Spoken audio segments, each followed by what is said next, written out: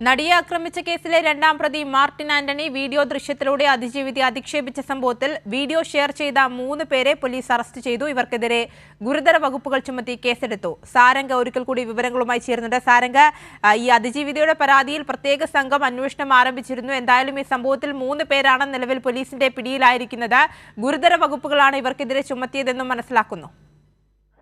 ആര്യ, തീർച്ചയായും സംഭവത്തിൽ 3 പേരെ അറസ്റ്റ് ചെയ്തിട്ടുണ്ട്. തൃശൂർ, എറണാകുളം, ആലപ്പുഴ സ്വദേശികളാണ് ഇവർ പിടിയിലായവർ. ഇവരുടെ പേര് വിവരങ്ങൾ പോലീസ് ഇതുവരെയും പുറത്തുവിട്ടിട്ടില്ല. കാരണം ഈ സംഭവത്തിൽ ഏതെങ്കിലും തരത്തിലുള്ള ഗൂഢാലോചന നടന്നിട്ടുണ്ടെങ്കിൽ അത് ഈ പേര് വിവരങ്ങൾ വെളിപ്പെടുത്തി കഴിഞ്ഞാൽ ഏതെങ്കിലും തരത്തിൽ കേസന്വേഷണത്തെ ബാധിക്കുമെന്നതിന്റെ അടിസ്ഥാനത്തിലാണ് പോലീസ് നിലവിൽ ഇവരുടെ പേരുകൾ വെളിപ്പെടുത്താത്തത്.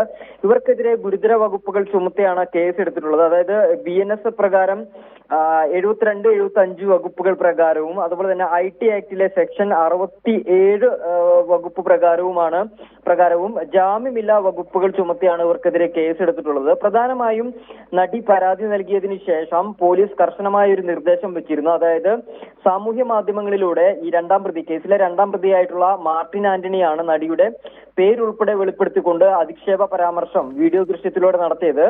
ഈ വീഡിയോ പങ്കുവെച്ച അല്ലെങ്കിൽ ഷെയർ ചെയ്ത 3 പേരെയാണ് നിലവിൽ അറസ്റ്റ് ചെയ്തിട്ടുള്ളത്.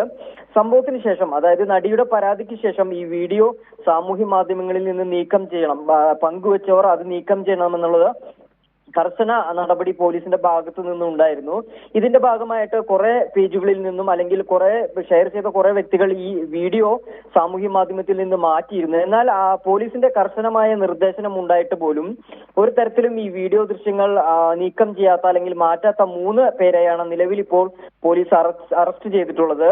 സംഭവത്തിന് ശേഷം നടി ആദ്യമേ തന്നെ തൃശ്ശൂരിൽ ആയിരുന്നു കംപ്ലൈന്റ് രജിസ്റ്റർ ചെയ്തത്. അതിനുശേഷം ഒരു പ്രത്യേക അന്വേഷണ സംഘം കേസ് അന്വേഷിക്കുന്നു. അതോടൊപ്പം തന്നെ സൈബർ സിറ്റി പോലീസും ഈ അന്വേഷണത്തിന്റെ ഭാഗമായി അന്വേഷണത്തിന്റെ ഭാഗമായി പങ്കെടുത്തിരുന്നു. ഇപ്പോൾ നിലവിൽ 3 പേരെയാണ് അറസ്റ്റ് ചെയ്തിട്ടുള്ളത്. കൂടുതൽ അറസ്റ്റുകൾ ഉണ്ടാകാനുള്ള സാധ്യതയുണ്ട് എന്നുള്ള കാര്യം കൂടി തള്ളിക്കളയാനാവില്ല. എന്തിനാലും പോലീസ് വലിയ രീതിയിലുള്ള അന്വേഷണമാണ് നടത്തുന്നത്. ഇനിയും ഇത്തരത്തിൽ വീഡിയോ ദൃശ്യങ്ങൾ നീക്കം ചെയ്യാത്തവരുണ്ടെങ്കിൽ അവരെ കൂടി കണ്ടെത്തി അറസ്റ്റ് ചെയ്യാനുള്ള എല്ലാ ശ്രമങ്ങളും നടക്കുന്നുണ്ട്.